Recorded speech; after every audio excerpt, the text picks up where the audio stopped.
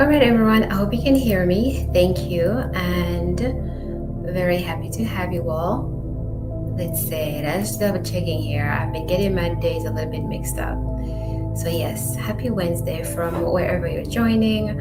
And I do hope that none of you are affected by, the weather or significantly impacted by the weather we're having right now from wherever you're joining from.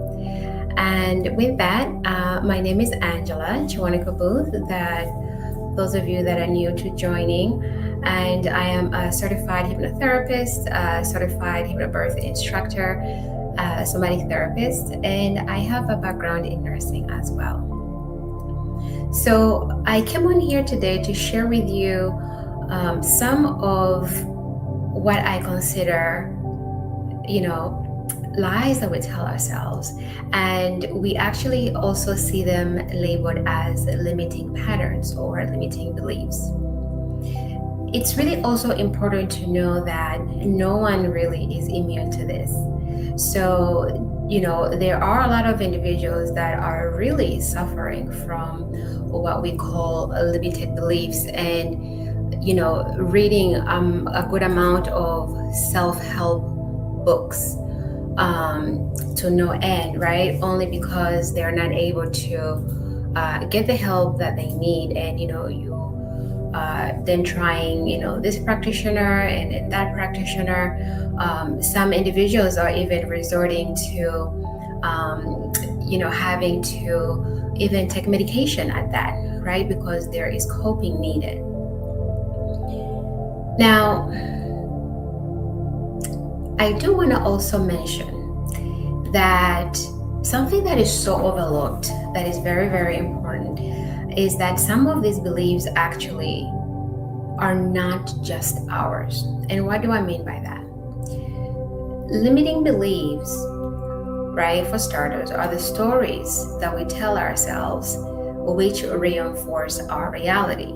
Now, obviously, that definition differs depending on your background. It depends on your life experience as well, right? And so there are also individuals who don't even have a clue of such a thing. But I'm here to tell you today that with the clients that I've worked with, it is actually very real. The ones that I do see where are so overlooked are actually the beliefs of the collective, the beliefs, limiting beliefs of others. So to break it down, we have limiting beliefs of ourselves, okay? Then we have limiting beliefs with others, okay? As well as the world, okay? So for our own belief, these are our day to day. And it's really seen in the self-talk of I'm not good enough, I'm not worthy, I'm talking but no one cares about what I'm saying, or I'm saying something but no one is listening to me, right? It's not being seen, it's not feeling heard, or around those things, right? So then with other people, it is this, what we also call, right, unconscious bias to a sort of seeing individuals based on their, the color of their skin to say, or, that person is probably not working here, right? So it's like, you go into a store and, you're looking up stuff, but yes, maybe you need help to find something. And you're probably looking to see how are they dressed, how are they presenting to be. It has happened before where I want to say, at a car wash, actually, it wasn't necessarily myself, but my spouse went to a car wash. And it's one of those where, you self-serve. And so a gentleman came right up to him and say, hey, so I need help with, this, just going down, I want to get my tires and I want to get this and I want to get that. And, of course, Depending on the theme of the day. Of course, I would have gone backwards. Now, my husband is of Jamaican descent, right? And of course, so then this person having approached them, it came off like, it could have come off like, hey, looking at me, yes, I'm a black person, so you think I work here? It could have gone that route, right? Because there's also always that connotation. We just can't escape it. But he actually looked at the gentleman, right? And he just, told him, hey, so you actually are going to go here, go there, press there. I just finished washing my car. Now you need to do yours. If you this is what you want to do. It just so happened that day I don't think they had enough agents working that day. So, but it's happened to some of us, I could say, right? Where you're in a store, even like a TJ Maxx or whatever, you want to get something.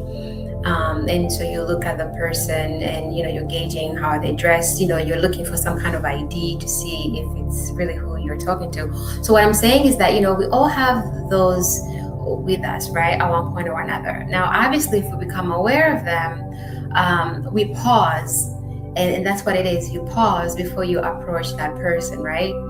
And maybe if you're in one of those good stores, you can just look up that automated area where you can just check off an item. So for the world collectively, then there are also those limited beliefs as well that we may share as a people. And the best example that I could give is depending on your ethnicity. Okay, there are going to be certain ancestral stories, underlying ancestral stories. And so it is not always the easiest thing to navigate, especially when you have individuals that feel that their ancestors' story was theirs and it has nothing to do with them. And this is where past life regressions really come in handy. Okay, so what is the theme here with all of these? When it comes to limiting beliefs, take for example, there are a lot of individuals right now that are struggling with what I would like to say, speaking their truth. Okay, and it actually is not coincidence that in the United States alone, I can only speak of where I am, but I can't imagine what it is in other parts of the world. But I invite you to do some research, right? How much treatment is occurring relating to thyroid inadequacy? Okay, this here area is what I'm referring to. Now this is especially for women, because I do know in women, especially after childbirth, their metabolism, there's a lot of thyroid issues that women are faced with. But it is actually also contributed by the lack of them speaking their truth. And there are going to be instances where, again, it's the little inner voice of, I'm going to say this, but no one cares, or no one cares about what I think. And so it's that energy is then staying there, it's stuck there, right? Because you have to also remember we're energetic beings. And so when you have something to say, but you don't say it, right? Or it is that, depending again on your generation, how you were raised, of being seen but not being heard as well. Children are meant to be seen, which I do believe is really something that is a recurring theme from a lot of baby boomers, right? Depending on that generation, of course. And so, you have individuals that do want to say something, but they just don't. It is going to show up in multiple parts of your life. So you may say to yourself, I'm chronically stressed, it's my metabolism, this and that, and that. But at the very core, it's that your body is really just holding it together, because you have to remember, when your body is under chronic stress, or having experienced trauma, it is going to constrict. Okay, things are going to be literally like this. And so having talk therapy is one thing. Okay, the idea is to get to the core of what's happening, because if Say we took that example of someone who doesn't feel heard. It is going to show up at work as well. Okay. How is it that they are going to go to their boss and say, I need a raise? They're probably not going to do that, right? Because they don't think they're going to be heard, or they're not even going to have the confidence to, right, to speak to that. Okay. And, for those of you here that maybe even dealing with individuals that have any passive aggressive, because it's a mixed group, right? You sometimes may have a group of people that if you are a leader, a business leader, or some boss professional, right, people are going to be reporting to you, but are they passive aggressive? So you may give them certain instructions of what to do, but then they don't do it, or they do it but they're kind of snippy with it, right? So you have individuals that also could directly say to you, hey, you know what, it doesn't matter, I'm telling you this, but nothing's going to happen. So it's like they've already denied themselves that something is going to occur. Okay. And so what does that mean? That individual is probably also going to be feeling stuck in life, because they have to say something but they don't, or they again may overcompensate in other areas. Okay. But it really actually is a two-sided coin, because most instances these individuals also probably do not listen. But see, it's sort of like connected, because it's like, why should I listen to you when you don't listen to me, right? And so you have this polarity here, but certain things need to be done. So what ends up happening is that the energy is festering. Okay, again, we're talking about the throat chakra when I'm talking about this area here, the throat chakra, and this energy is just sitting there. And of course, your thyroid is going to be bombarded. This is why, especially during somatic therapy work, right? When I do it here, clients are saying, oh my God, my throat feels wonderful. I didn't realize how tight my throat felt. And it is indeed a thing, because you have to remember, if that energy is not let out as it should, because these emotions, these are energy waves, and they have to be released somehow. But if you're not ready to do so, when you're going by that old saying of biting your tongue, just swallow your words, biting your tongue, swallow your words. Okay, well, they're gonna go somewhere. All right, they're gonna get stuck right there in that energy zone. Okay, and so you have individuals where it's so severe, they may even have a goiter. And I'm sure you've seen those individuals now. So again, speaking your truth, it goes also with being listened. And when we look at this from where it stemmed from, because when you're in a situation where, say, this is really a thing. So again, we're sticking to speaking the truth. You want to go back to how you were raised as well, because a lot of what we do stems from our childhood. Okay, and yes, these ways of our lives, the way we react to life, the way we take on stress in life, actually stems from the womb. Okay, yes, anxiety can be inherited from mom, depression can be inherited from mom, and I'm saying mom because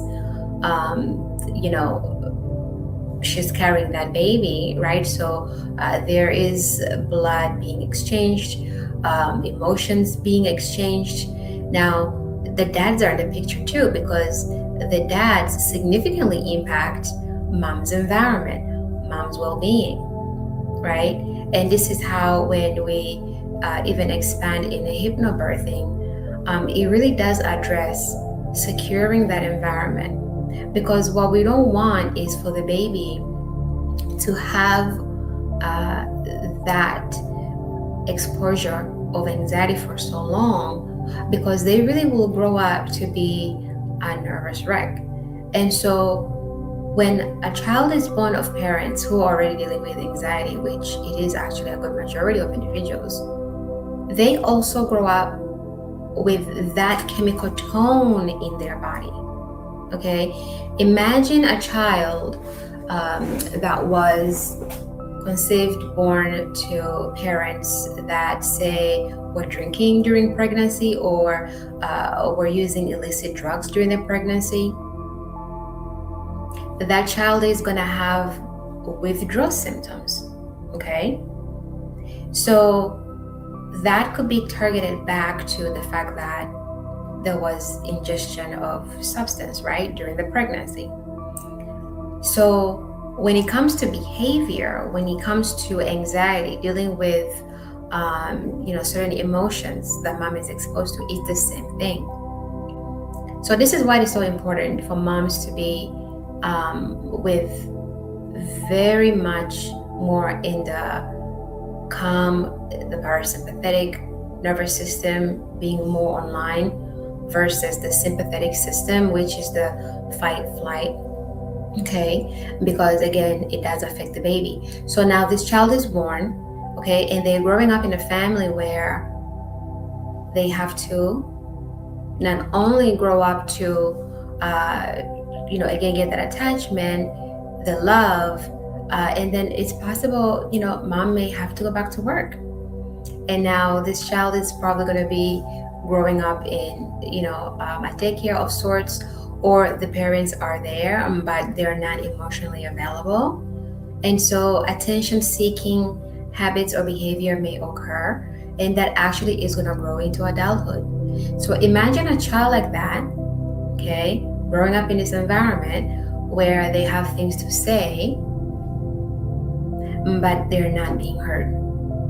Okay, so they grow up thinking, oh, that's not going to happen. So even when the parent is out of the picture, now we have this adult, okay, a fully functional adult, probably with their own family, and they still carry on like that, because you have to remember that limiting beliefs gets subconsciously embedded.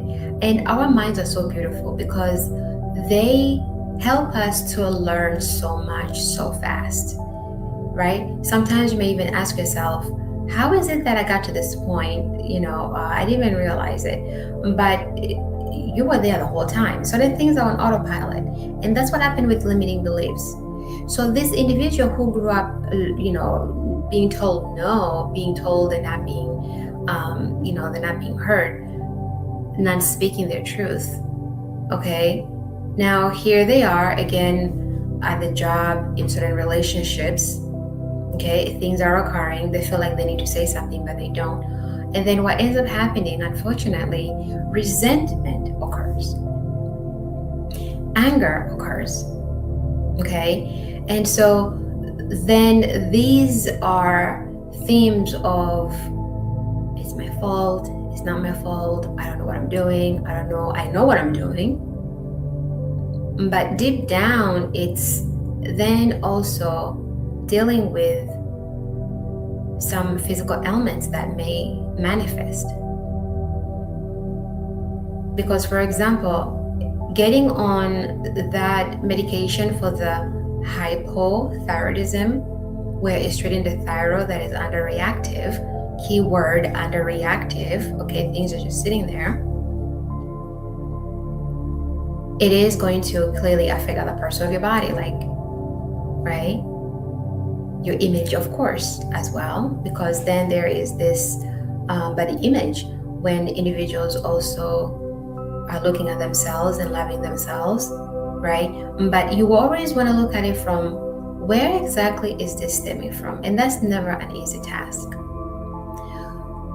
When it comes to somatic release and when it comes to past life regression, the reason why they are powerful is because they are also able to see where the underlying patterns are stemming from. Growing up with parents who have anxiety is, right, the example we gave. Does it surprise you that grandma may have certain tendencies or grandpa may have certain tendencies? Okay, because there is a family that has this, you know, I wouldn't call it a generation, but it's, it's a bloodline. It follows a bloodline, right? And so we also understand that when an individual is able to recover and overcome that, they actually significantly impact others within their orbit, their family members, including their siblings. Okay? And so chronic stress is how we are reacting to circumstances around us. And so for expecting mothers, this will look like a belief of, oh my gosh, I'm going to die from this childbirth, or I won't be able to deliver this baby naturally, or my body doesn't know what it's doing, because this is also a belief that you may continuously tell yourself. So especially for expecting parents, right? And then who is around you when you're getting that support? Is it mom? Is it your sister, your aunt? What was their experience? Because it's important to point that out. When our support system is also dealing with their own baggage, it is going to be projected. Okay, it is going to be projected. And what is going to occur is that depending on where you are, right, in your perception of life, you may take that on, or you may indeed just say, that was their experience. Okay, but very rarely do we do that. Very, very rarely. And so for a mother who is expecting, they may take all the classes, learn as much as they can, read as much as they can, especially in this age of information. And they're looking to have a wonderful, positive birth. But why is it so difficult? Well, their support system. Does their partner believe in them? Does it matter that their partner believes in them? What about their provider?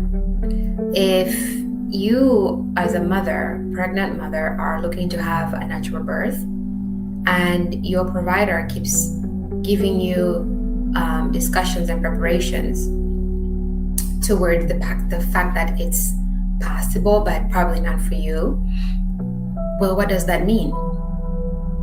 Right? So you may be sitting there saying, but I told this doctor I want to have a natural birth, or why are they not listening to me? Okay? Then it's like they don't care. So, and that's the thing, we have these conversations, right, in our head. It's like you're talking to yourself, you're answering yourself, you're talking to yourself, you're answering yourself. And so it becomes this whole orchestra, right, whereby sometimes by the time you're even in front of this individual, you've already decided what's going to happen. You've already decided how things are going to play out. Okay? So it's like this mom deep down knows she wants a natural birth, but she's probably not going to say anything. Why? Because the doctor's going to say no. Or to the other example, right? In a relationship, dating, and it's time to tell, your partner, hey, this is what will make me happy. I would love us to be exclusive. Say it's an open relationship. Or I want to get serious. I want the ring. I want it on the whole thing. I want to get married. The whole thing. And it's like, oh no, he won't understand me. He won't listen to me. He won't take me seriously. Right? So you've already had this conversation in your head of how things are going to play out. And, that definitely is going to show up. So those limiting beliefs are very pesky. And, believe it or not, they are actually to protect you. And this may not make sense for a lot of you, but you have to remember, growing up, for example, back to that example of that child who, again, was seen but unheard, right? They had to stay in a certain line. It's sort of like they grew up with these conditions, that if these conditions were satisfied, they will get the love. If this condition was satisfied, they will get the hug. they will get the gift or they will get to go to the trip. So it's sort of like, I could also see it as someone growing up thinking nothing just happens like that. Like you have to give something. Now, how many of us, right, struggle with allowing ourselves to receive? And that's also something to touch, because there is this belief of that person is being kind to me because they want something. That person is, approaching me because they're gonna need this from me.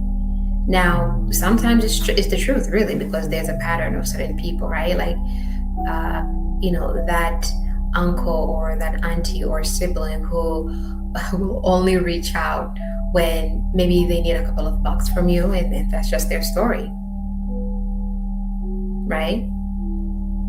And so, these beliefs are to protect, because by fulfilling those, you then get the end result.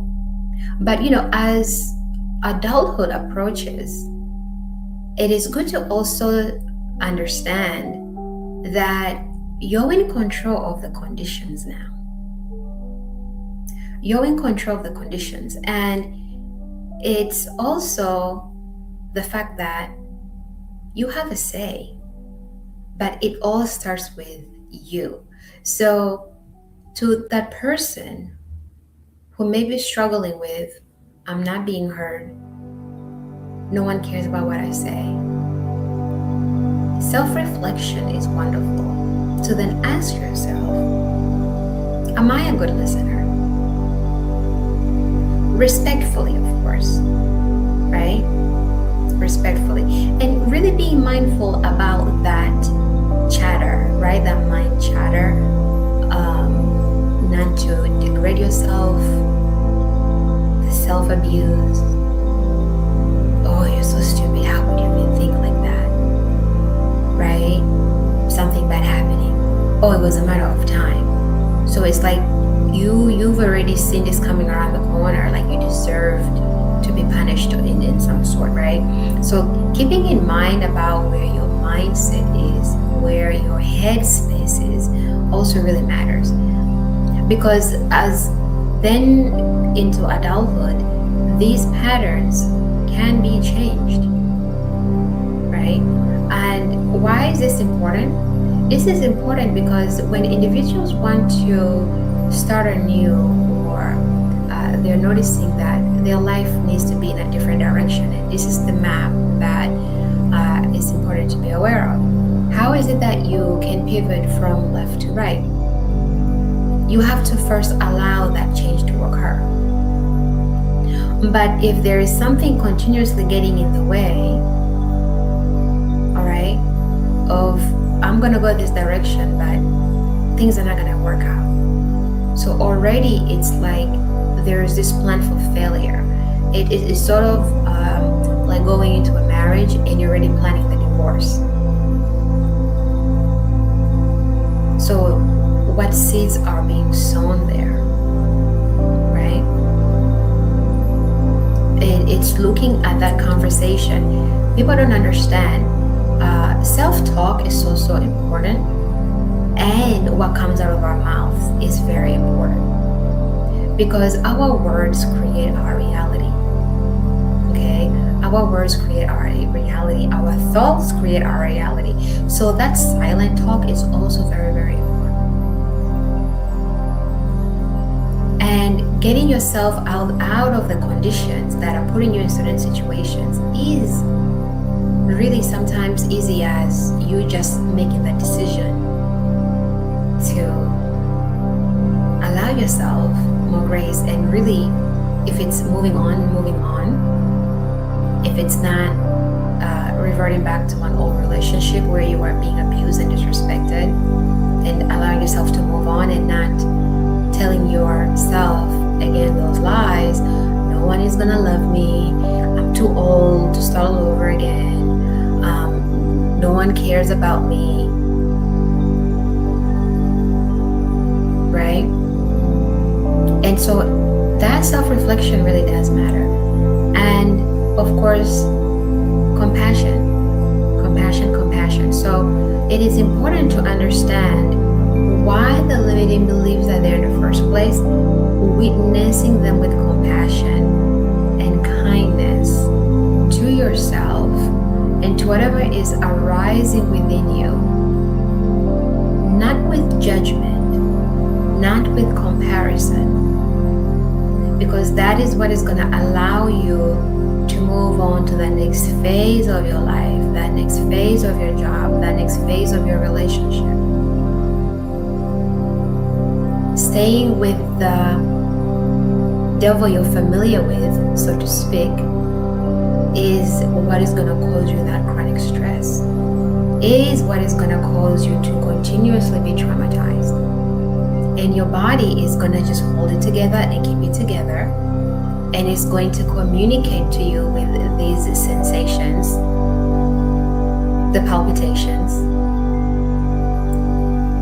the fact that you may be faced with a relationship where commitment is required, but you're running away, you're running for safety, even though all this person wants to do is love you, and you're waiting for the other shoe to drop because you just know it's going to happen, right?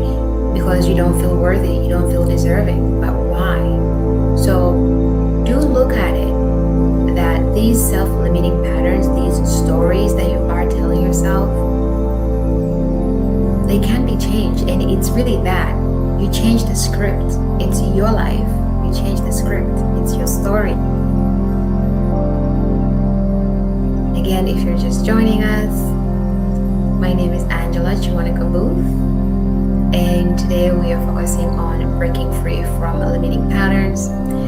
I do want to encourage that if any of you are struggling with chronic stress and trauma as well, please do see a professional, okay? Because self-help modalities are wonderful, but there are times when certain things are much deeper than we think. See a professional. And sometimes, talking to a friend or a family member is okay, but then there's always that fear of judgment. There is that fear of they're going to gossip. They're going to tell my story, because your friend has a friend and that friend has a friend, right? So keeping things bottled up is what makes us sick. It's good to be able to have an outlet that is positive.